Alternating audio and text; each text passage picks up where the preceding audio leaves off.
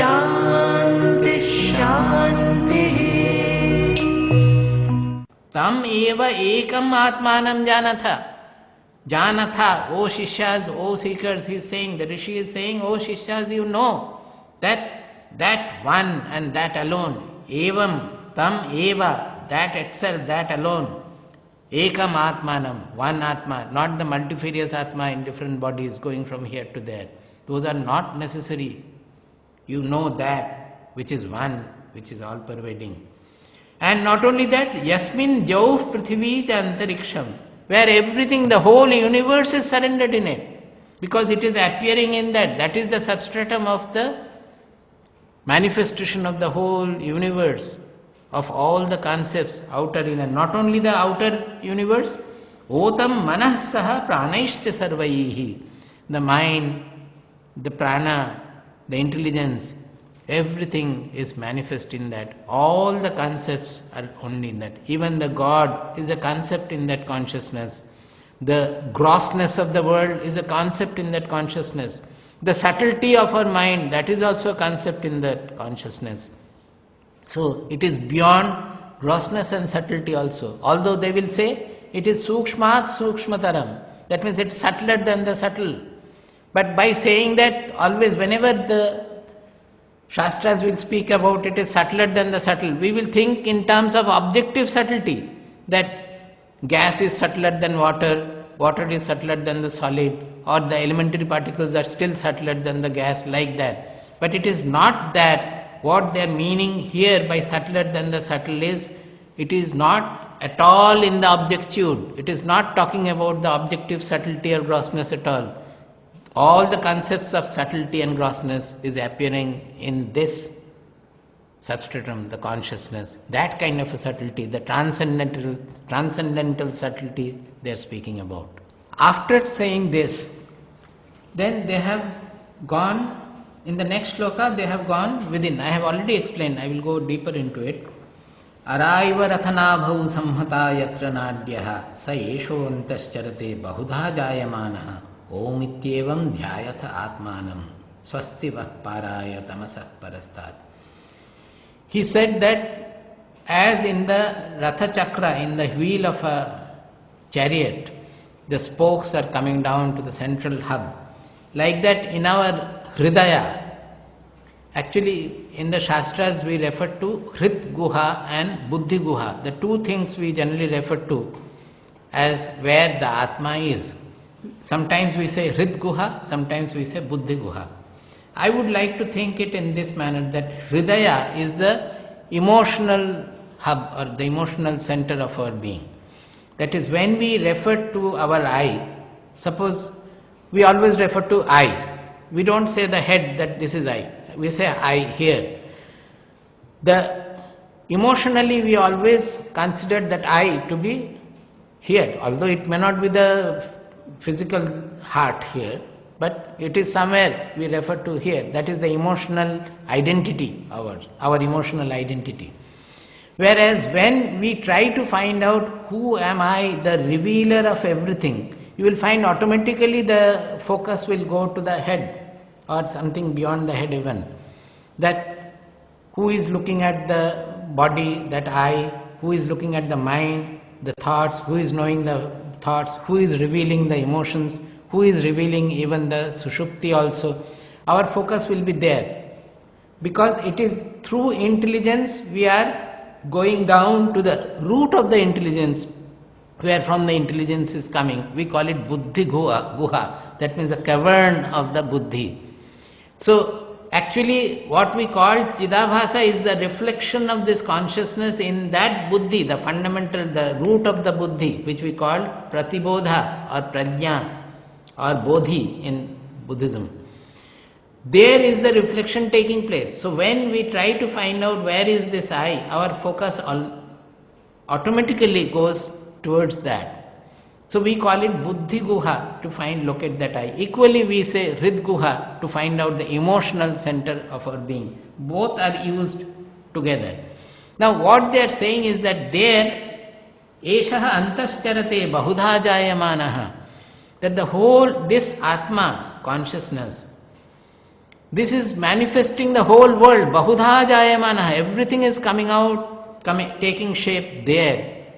As I said the other day, the external signals all are coming, but through the nerves as they are proceeding, even beyond the retina also, there is no vision beyond the retina at all. If you look into the retina, you may find the object, the picture of the reflection of the object. But beyond that, it is all only electrical pulses passing through the nerves.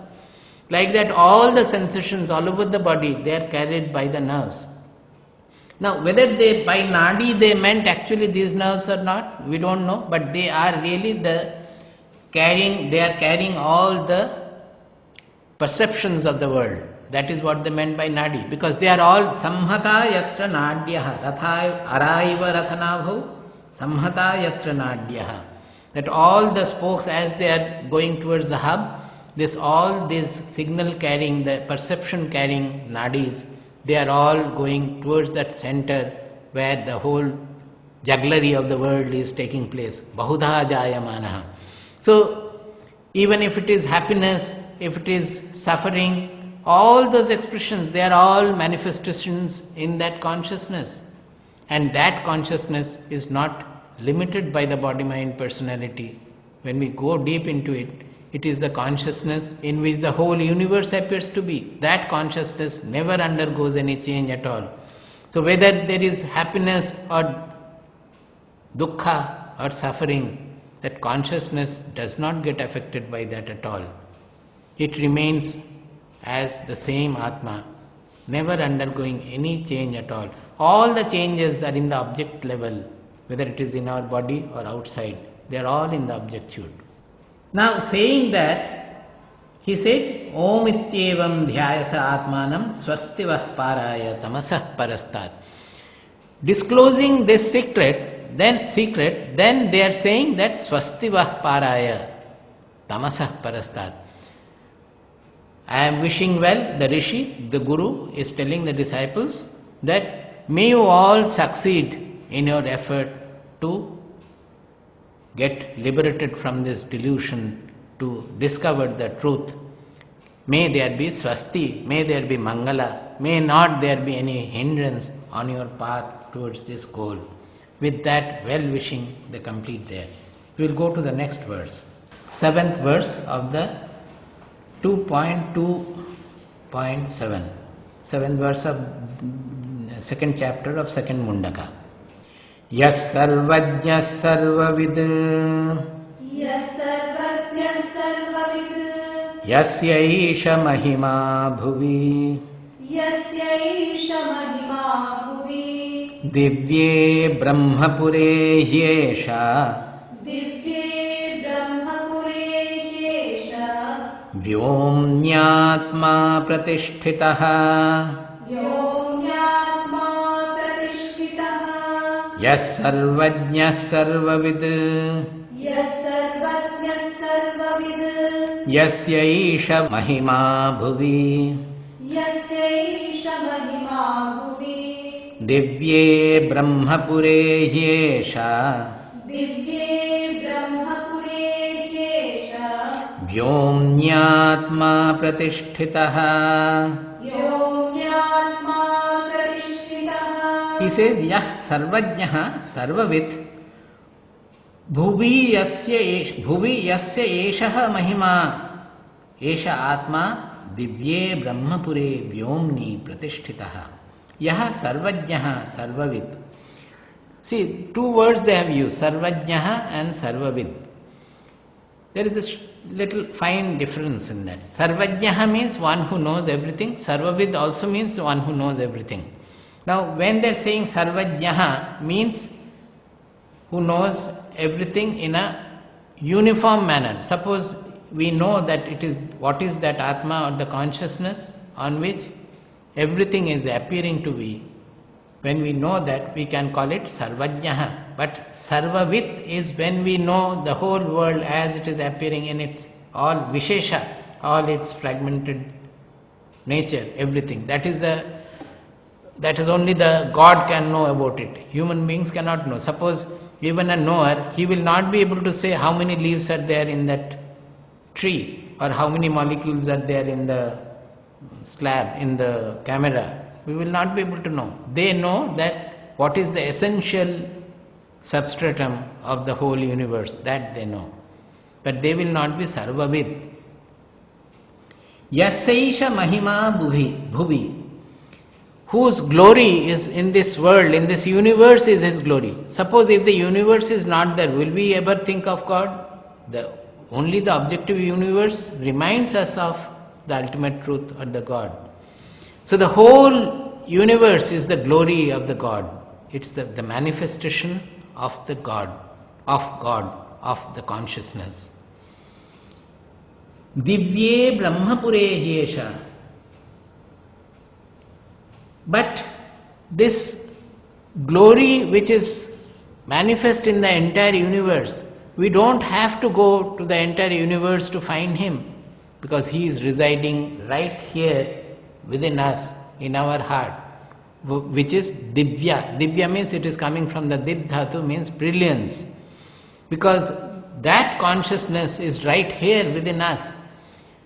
To find out, to experience that Atma, we don't have to go and experience somewhere. If you concentrate on the camera, we don't find the Atma there, we cannot find it there. To have an experience, we have to experience it within our being, within our body. His experience is verily available here. How? It is Divya, means that is the brilliance, that is the real revealer of everything that is hiding in our Buddhi Guha, Hrid Guha. Brahmapure, that Hrid Guha is called Brahmapura. Why? Because there the reflection of Brahman is. To know the Brahman, we have to go there. So Pura means the palace, the house. That is the palace where the Brahman, the truth, is existing. And that is our Hrid Guha.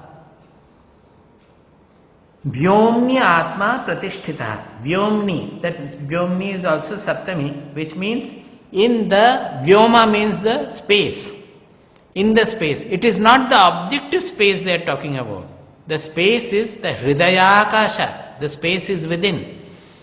Actually, the everything is within.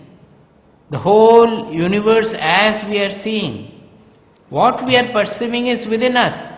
Although it might be the external universe, but what we are knowing, what we are perceiving is what appearing in our consciousness, in our mind. The whole Akasha, the whole space is within us. And in that inner space hides the truth, the Atma, the consciousness. We have to discover him there.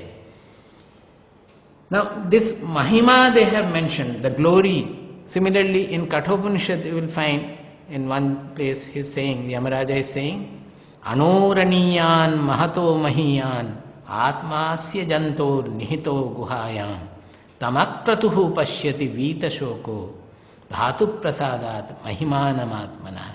Why did I say this? Mahimanam Atmana. That Atma's Mahima, the Atma's glory. How does one see? He is saying that Anoraniyan Mahato Mahiyan. What is this Atma? It is smaller than the smallest, greater than the greatest. Anoraniyan, Anoho, Aniyan means smaller than the smallest. And Mahato Mahiyan, greater than the greatest. I cautioned you that whenever we are saying this, immediately we think of the objective greatness, greater than the greatest, small, etc. Actually, the concept of greatness, the concepts of smallness, everything is appearing in that consciousness alone. That is why it is greater than the great and smaller than the small. Otherwise it is a contradiction. If we look into the objective picture, how can it be smaller than the smallest and greater than the greatest? So, Anoraniyan Mahato Mahiyan Atmasya Jantor Nihito Guhayam. But being greater than the greatest and smaller than the smallest, it is right there in the living being's heart. It is right there, hiding there. Asya Jantoho Guhayam Nihitaha. Guhayam means Hrid Guha or Buddhi Guha. Now, then what does he say? Tam Akratuhu Pashyati Vita Shoko Dhatu Prasadat Mahimanam Atmana. This Mahima of the Atma, that how it is greater than the greatest and the smaller than the smallest, remaining here, it goes Asinam Duram Rajati. remaining close, it goes everywhere, remaining far, it is felt here nearest. Why? How all these glories of the Atma are coming, how one will know? He says, Akratuhu. Akratuhu means when a person becomes desireless. Kratuhu means desire. It means yajna also, because people do the yajnas out of some desire. So, Akratuhu means free of all desires. When the mind is free of all desires, it doesn't look for anything outside at all. Vita shokaha. So when the mind is free of desires, it will automatically be free of shoka, grief also. Because it does not expect anything from anywhere. It never undergoes shoka. There might be death, there might be suffering, but he will never be depressed or grieving. He will have dukkha, he will have suffering, but he will not have grief, he will not have depression, he will not have elation, he will have happiness. Will he not be happy? Suppose a guru, if his disciples become very pure and they realize the truth, will not the guru be happy? He will be happy. If the disciples become very bad, the disciples always fight amongst themselves, will not the guru be unhappy? He will be unhappy. So a knower will, it's wrong to think that knower will never be happy, never be unhappy. Happiness, unhappiness, dukkha, suffering, as well as sukha, everything will be there. But he will not run away from the dukkha, he will not run after the sukha. Because in dukkha also, he is equally having the prasada, the placidity. He will have there also. Similarly in sukha, he will not have elation, he will have the prasada. This is the state of the knower. Now he says that when a person becomes desireless, he is freed of all the shoka, grief. Then what happens? Dhatu prasadat mahimanam atmanaha. Tamakratuhu pashyati. He sees. What does he see? The Atma's Mahima, the glory of the Atma. How does he see? Dhatu prasadat. That means Dhatu means the elements of which, by which his being is made. Our being is made of some elements, our mind, intelligence, etc. So when the whole being, the Dhatu, becomes purified by elimination of the desires, elimination of shoka, when it becomes purified, we call it prasada, placidity of the being. It is not happiness in the ecstatic sense, but it is a prasada. In dukkha, sukha, always there will be the placidity, the prasada. So he sees the glory of the Atma by the purification of his being. When the whole being is flooded with prasada, then he sees the Atma, the glory of the Atma. Now here also he says that Yas sarvajyaha sarvavid yasaisha mahima bhuvi divye brahmapure yesha vyomnyatma pratishtitaha. He is giving a magnificent description, Brahmapura, as if it is the universal palace of the Brahman. And there the glory, the galaxies are getting born, the galaxies are getting destroyed, some are getting into the black hole, some are getting produced, always in the sky. What is going on? How much of activities are going on? That is all the Mahima of this Brahman. But that Divya Brahmapura is right within us, in the Hridayakasha. There it is Pratishtita, it is well established there. We don't have to go to the moon or to the Mars or to beyond our galaxies to find out that Brahmapura. It is right within. We have to only look within, then the glory will be revealed there. Yas sarvajna sarvavid yasaisha mahima bhuvi divye brahmapure yesha vyomnyatma pratishtitaha Manomaya prana sharira neta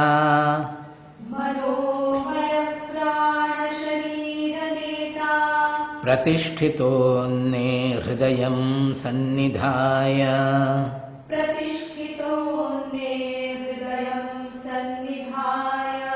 Manomaya prana sharira neta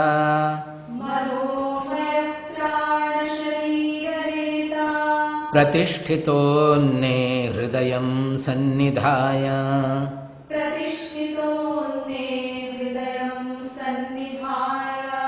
तद्विज्ञानेन परिपश्यन्ति धीराः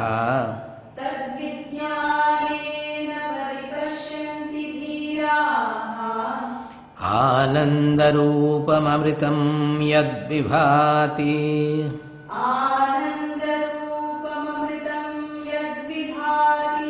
तद्विज्ञानेन परिपश्यन्ति धीराः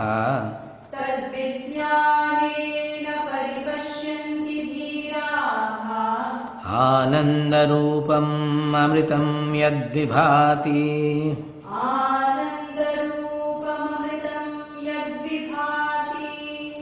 See, this is the greatness of our Shastras. They will always refer to plural. As they say, Shrinvantu Vishve Amritasya Putraha. They are referring to all as the children of immortality. Like that, they will use the Dhiraha in plural. Because those who do it, they all attain the same goal. It is not that only one I have attained and nobody else can attain and I have instituted something. That is why in our country, always we don't have only one book or one rishi whom we will follow. There has always been multiple scriptures and multiple rishis, and they have been speaking about the same ultimate truth. Nobody will say that I have known and I have become godly, I have become divine, and nobody else, all of you should follow me. Everywhere they say that this is the result we got. As I always say, that Upanishads are the record of our experiments done by our rishis, going in the subjective truth into their own within. Whatever they have discovered, they have simply recorded them. It is just like the papers we publish in experimental research, that whatever we find experimentally, we record. Then we form some theory around that to explain that. Those theories are there, but there are so many. We try to understand what has been discovered through various reasons, rationality, this, that and all. But the Upanishadic rishis hardly bother about them. There is no logic, nothing. Whatever is the truth, whatever they have discovered directly as a first-hand discovery, they have recorded. And it is for us to follow that and to realize the same truth. Because we refuse to do that, so many other rational interpretations this way, that way, as we are trying to do, to make the truth appear as true, we put it. But truth is truth. It need not be made to appear as truth by all this logic, by all the exercises of intelligence. So that is why the Upanishads, they have a great profundity. It is a direct experiential truth they have recorded, they have mentioned about.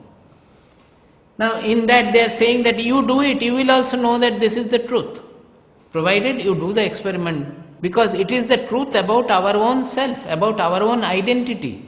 So if we know from the book, if we know by listening to others, it is all second-hand knowledge. It has to become real for ourselves. It has to become a first-hand discovery. Without that, it will not have its power.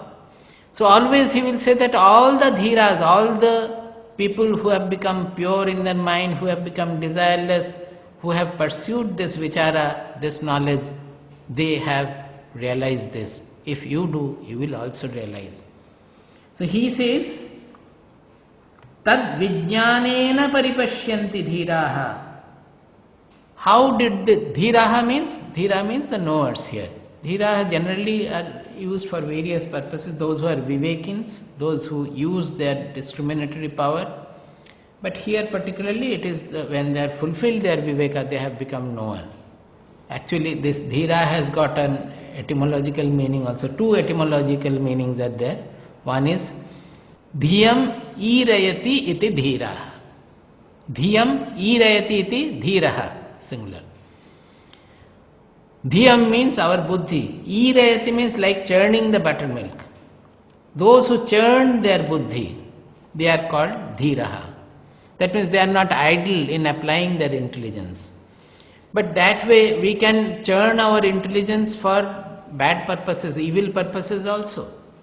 So they have another etymological meaning. They say dhyam rati iti dhiraha. That means who churns his intelligence in a friendly way. That means by applying the intelligence, whatever we do, it should be friendly to us. What is friendly? Which will take us to that ultimate peace, ultimate fulfillment, ultimate auspicious goal.